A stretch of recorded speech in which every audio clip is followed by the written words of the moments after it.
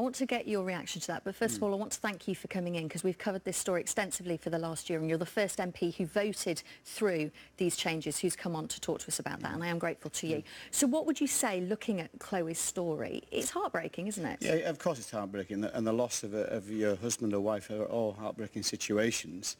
The fact is, that's one case, and I would like to talk about that case, but the vast majority of people are better off under this new system. 62% are better off. That's absolutely right. 62%. They get a bigger payment up front, but then after 18 months there is no support, and it used to be 18 years. Well, not many people suffer the loss at that age of a spouse. Most people, the original bereavement payments were meant for people in later life, when you normally potentially lose a spouse.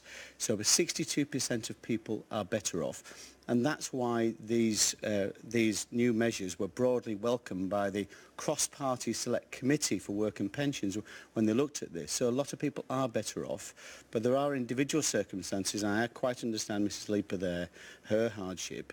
But this is not about the financial situation here, the financial support here. There are other measures that provide financial support for people where people can't work or when people are looking for work. But most single parents even do work, and that's what the financial system of benefits should be about, supporting people who can't work or can't find work, not people who can work. But what about parents who, they've lost a partner, they're struggling to come to terms with that. They've got to keep going for their children. Yes. And they know they've got that tick-tock of 18 months. And then suddenly, what, bereavement ends? They can cope? They can go back to work? Well, the old system was not means-tested at all, which meant this payment went to people, very wealthy individuals, as well as people who needed financial support.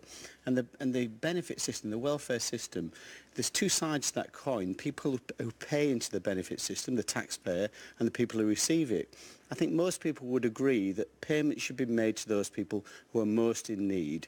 And there are other payments in the benefit system for people who cannot work or cannot find work, and that's absolutely right. But these old payments were based upon a 90-year-old system.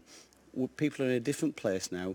Most single parents do work, and the financial support should be for their people who cannot. They're going to have to work more, aren't they? That's the point. I mean, if I put to you here, this is from a woman called Vicky Anning, who's from a charity called Widowed and Young, and she says, without the financial cushion that the old benefit system would have produced, people will have to do 2 or 3 jobs. When a child should be spending quality time with their remaining parent, that parent is going to have to work more.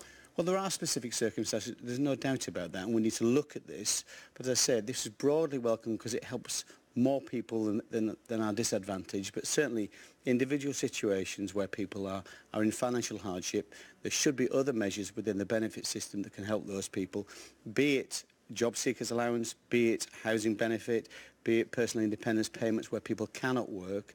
But I think it is right, even as a single parent, that we do try and go out to work. I think that's good for the individual, good for the family, but we need to look at the specific circumstances of people who can't. So is this benefit system appropriate for the likes of Chloe Leaper? Well, that's a really good question. I didn't know about Chloe's case before I saw that today, and I think it's absolutely right. The government continues to look at this to make sure we've got this right, but broadly, cross-party was welcomed when these changes were introduced. So will you raise Chloe Leaper's case? Oh, absolutely, and I'm sure the government will be aware of this from your reporting to make sure, and I know the Minister in charge of this, Kit Malthouse, is aware of these kind of cases, so we need to keep this under review.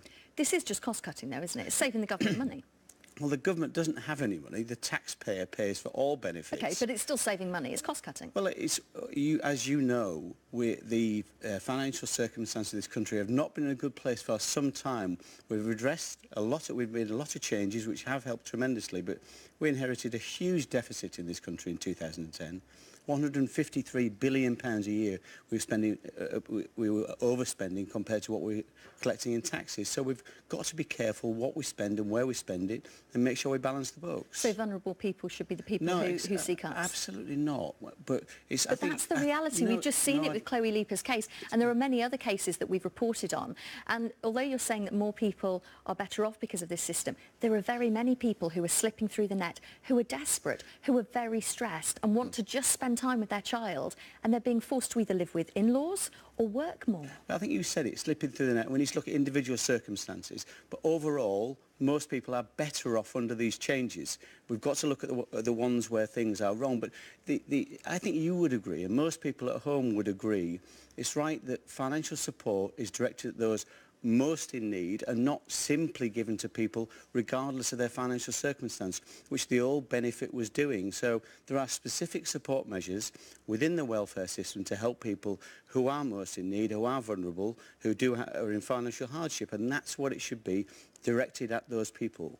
If these changes are so beneficial and are the right move forward, why is it that we've sent out more than 800 invites to MPs to appear on this programme in the last year and not a single person other than your good self has come on to defend it? Well, I don't know that, because I don't know about that, but as I say, one of the best things you can look at when you look at a policy is the cross-party select committees. These are select committees elected across the House, cross-party, so you get Labour MPs, Conservative MPs, MPs from the Scottish National Party, and they broadly welcome these changes. I think that's a fair indication these changes in balance are fair, but as I say, we need to look at individual circumstances to make sure people are not slipping through the net. And should these payments go to unmarried couples?